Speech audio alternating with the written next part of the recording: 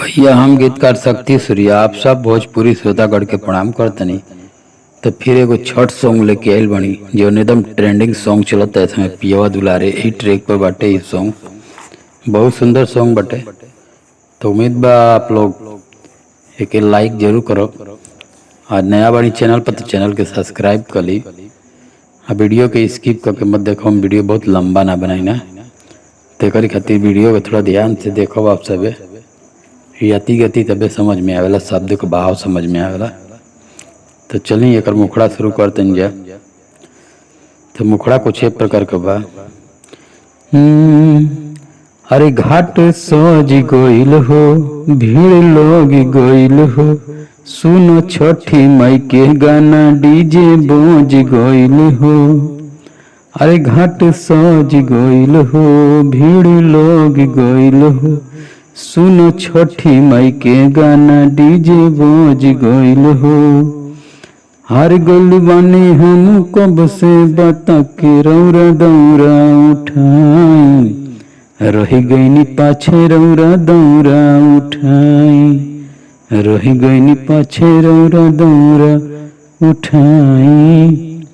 तो ये रहा मुखड़ा। उम्मीद बा पसंद आई रही आप लोग के। एगो महिला बड़ी जो अपना पति से कहा तड़ी कि देर होते चली जल्दी, छठी घाटे भीड़ हो जाए तो फिर जगह स्थान ना मिली बैठे के। तो देखिए एक अंतरा कैसे बटे।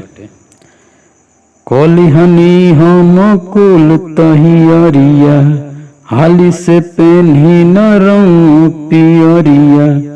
अरे कोलिहनी हम कुल तहियरिया, हाली से पेन्ही न रंग पियरिया। रखनी कलश में दिया, रखनी कलश में दिया ना जरा के, रौरा दौरा उठाई, रही गईनी पाछे रौरा दौरा उठाई। अरे रही गईनी पाछे रौरा दौरा उठाई। चलिए अगर त्रुटि हुई तो भी क्षमा करो। चलिए दूसरा अंतरा बटे।